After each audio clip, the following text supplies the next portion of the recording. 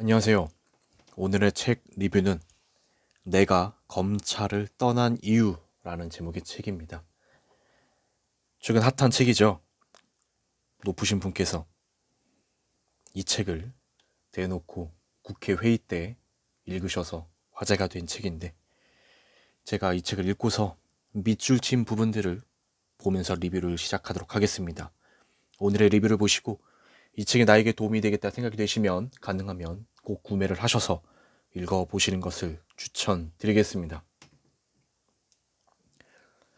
공동체의 정치적, 사회적 각성이 검찰 내로는 침투하지 않는다는 사실. 검찰과 시민을 경계짓는 성벽은 여전히 높고도 두꺼우며 그들의 의식과 행태는 결코 공동체와 조응하지 않은 채 관성의 경로를 가고 있다는 사실을 알게 되었을 때 검찰에 관한 글을 써야겠다고 마음먹었습니다. 진실을 알면서도 구경꾼은 되지 말아야 한다. 약자에게 강하고 강자에게 약한 것은 법이 아니다. 무서운 건 자신이 무엇을 잘못했는지 모른다는 것이다. 이 집단 무감각은 오랜 관습의 스폰서 문화와 전관 예우, 상명하복의 철저한 조직 정신으로 부하의 성마저 복종의 대상으로 취급한다. 또한 조직의 구성원까지 소모품으로 취급한다. 이렇게 유동적이고 탄력적인 법 감각을 가진 자들이 정계로, 관료로 진출하고 있다. 사건 무마 지시를 거부하는 골치 아픈 검사에 대한 응징이 바로 사건을 재배당하는 것이다. 검찰 내부에서 공정성과 적법성을 외치는 검사들이 있지만 상명하복을 거부하는 순간 여러 이유로 보복 조치를 당하는데 불공정한 사건 배당 관습도 그중 하나다. 그러니 조직 내부에서 외치는 성찰의 목소리가 줄어들 수밖에 없다. 초임 여검사를 호텔로 불러내던 검사장도 부산의 나이트클럽 사장에게서 소개받은 젊고 예쁜 여자를 지역 유지에게 빌린 요트에 태워 통영으로 여행 간 추억을 자랑하던 부장검사도 모두 국회의원 선거에 출마했다. 그중 한 사람은 당선되기까지 했다. 검사에 관한 다음과 같은 명언이 PD수첩에 나온 적이 있다. 사건을 잘 파면 명예를 얻고 사건을 잘 덮으면 부를 얻는다. 어찌 검찰뿐 이기는가. 여러 조직에서 진실을 말하는 사람에게 돌을 던지는 행동대원들은 그의 동료들이다. 한나 아렌트의 평범한 악이 떠오른다. 상층부를 향한 열정은 평범한 사람도 악인으로 만든다. 검찰에게 정의나 공익이란 없다. 우리의 민주주의가 경각에 걸리거나 말거나 남의 인생이 망가지거나 말거나 상관없다. 오직 자신들의 전리품을 위해서 움직일 뿐이다. 민주주의는 자전거와 같다. 페달을 밟지 않으면 쓰러지고 만다. 페달을 계속 굴려야만 아름다운 꽃밭도 너른 바다도 만날 수 있다. 검사들에 대한 수사가 이례적으로 기민하게 이루어질 때는 검사들조차 대단한 전리품이 걸려있다고 감지한다. 서구 정의의 여신 디케는 한 손에 저울, 다른 손에는 칼을 쥐고 두 눈을 가리고 있다. 빈부나 신분 등과 관계없이 모두를 공정하게 대한다는 의미에서다. 우리 검찰 조직과는 완전히 동떨어진 얘기로 들린다. 그들은 칼과 저울을 손에 들고 이익과 권력을 차지하기 위해 두 눈을 부릅뜨고 있다. 내가 좋아하는 몇 안 되는 검사 중 한 사람이 검사 시절 내게 이런 말을 했다. 그 검사 말이야 재주 좋지. 한 피의자의 범죄를 한 5건 인지하면 딜을 해. 내가 2건만 입건 기소해 줄 테니 보답을 해야 하지 않겠느냐고. 검사가 수사 및 기소권을 이용해 검찰청 안에서 피의자와 딜을 해 뇌물죄를 저지르다니. 어떤 검사들은 자신들에게 범죄를 저지르는 특권이 있는 것처럼 행동한다. 게다가 동료들도 묵인 방조한다. 한 개미가 곰팡이에 감염되면 전체 개미를 보호하기 위해 곰팡이의 숙주를 내다버리는 개미보다도 덜 진화된 셈이다. 내가 언론 인터뷰에서 검찰 조직이란 허가받은 범죄 단체죠. 검찰의 공기에 부패와 범죄의 포자가 날아다녀요. 일부는 마치 범죄를 저지를 특권이 있는 것처럼 행세해요. 치유의 법권인 거죠.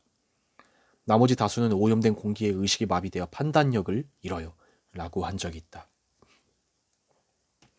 힘 있는 검사들이 노른자 자리를 차지하고 나면 흑수저 검사들은 그제야 빈자리로 발령이 난다. 위에서 결재를 해주지 않자 단독으로 피의자의 구속영장을 법원에 청구한 어느 검사는 부장검사로부터 수사 기록 문건으로 얼굴을 맞는 수모를 당하고 인사 불이익까지 각오해야 했다. 반드시 보복, 인사보복, 나중에라도 보복. 검찰이 무슨 피해 복수를 하는 조폭 집단이라도 되는 걸까? 우리 검사들이 정권의 편에서 사건을 수사해줬더니 이제 와서 검찰개혁을 하겠다고 라는 식의 발언은 검사들이 검찰권을 행사하는 마음가짐이 어떠한지를 잘 보여준다. 고객과 싸우는 회사가 가장 하수라는 말이 있다. 고객과 싸워서 이긴들 무엇하겠는가? 그럴수록 고객의 마음은 더 떠나게 될 텐데 말이다. 자기 패거리를 힘이 있을 때 인사로 끌어주고 감찰로 트러블이 생기면 시원하게 무마해준 다음 변호사로 개업해 자기가 현직에 있던 동안 베푼 은혜를 수금하러 온다. 검사들은 항상 자신의 다음 자리를 생각한다. 잘 나가던 검사도 언젠가는 변호사 개업을 할 텐데 그래도 검사장 출신 변호사가 채통 없이 후배 검사에게 사정하면서 사건을 부탁할 수는 없지 않나. 그러니 현직 시절 은혜를 뿌린 다음 퇴직 후에 당당하게 수금하러 온 것이다. 기회주의자들의 특징에 대해 생각해 본다.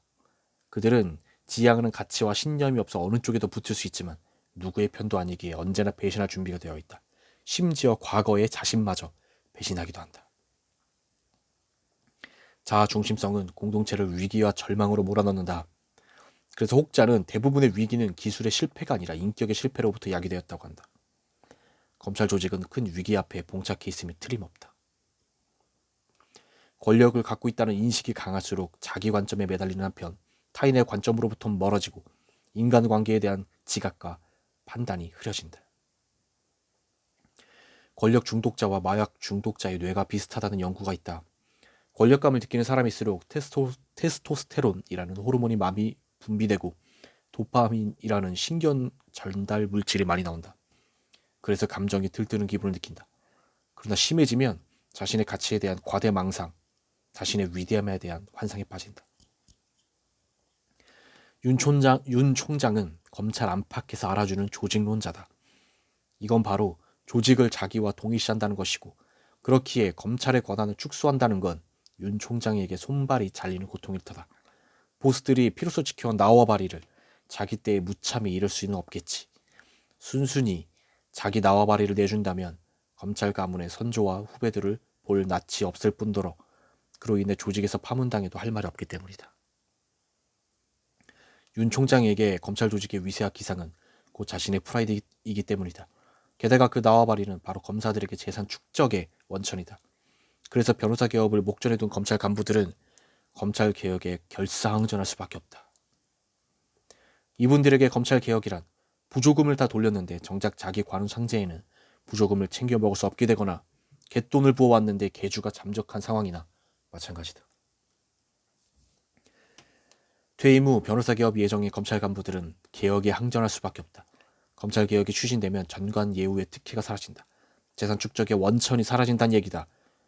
검사가 경찰에서 송치된 사건을 불기소 처분하거나 압수수색 영장이나 구속영장을 기각하는 것은 검찰 전관 변호사에게는 확실한 돈벌이가 되는데 그럴 수 없게 된다. 검찰은 정권도 국민도 아닌 검찰 자신을 위해서 일할 뿐이다. 문재인 정부 들어 국정농단, 사법농단, 삼성 바이오로직스까지 열심히 조사하니 갑자기 검찰이 국민의 편이 된 듯한 착시를 일으키고 있지만 원래는 그렇지 않다. 검찰에서 너그 아버지 뭐하시노? 라는 질문은 참으로 중요하다. 그 출신 성분에 따라 내부 구성원의 검사마저 혹독하게 차별하는데 그런 그들에게 법 앞에 국민을 평등하게 다뤄달라 라는 요구가 씨알이 먹히겠는가. 검사의 직무 관련 범죄를 수사해야 하는 처지에 놓인 검사들은 국민을 배반할 것인가 검찰을 배반할 것인가 라는 진퇴양난에 빠진다.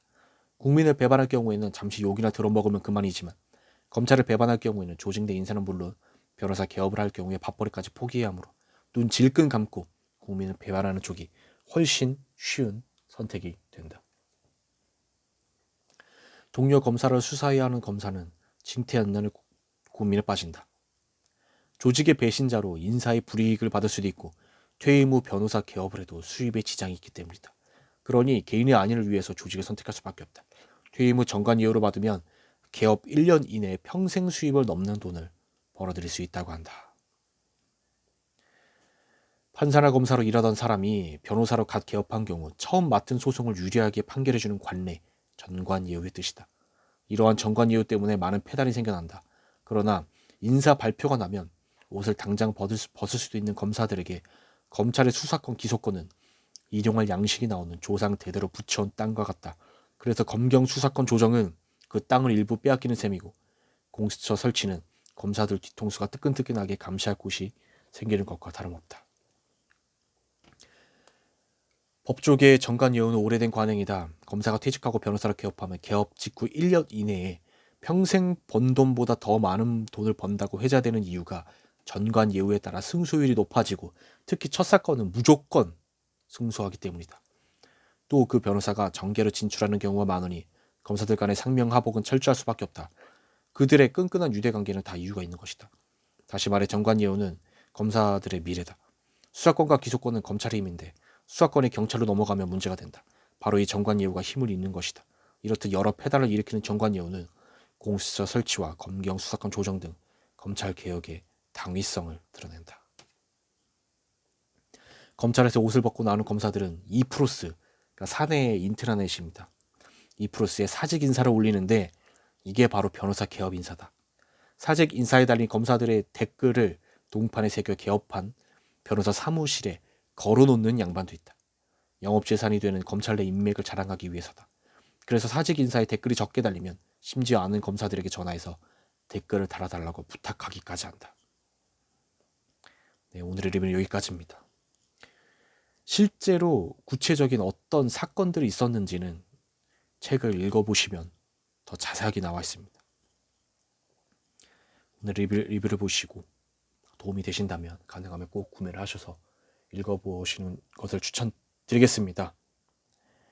오늘의 리뷰를 마치겠습니다. 감사합니다.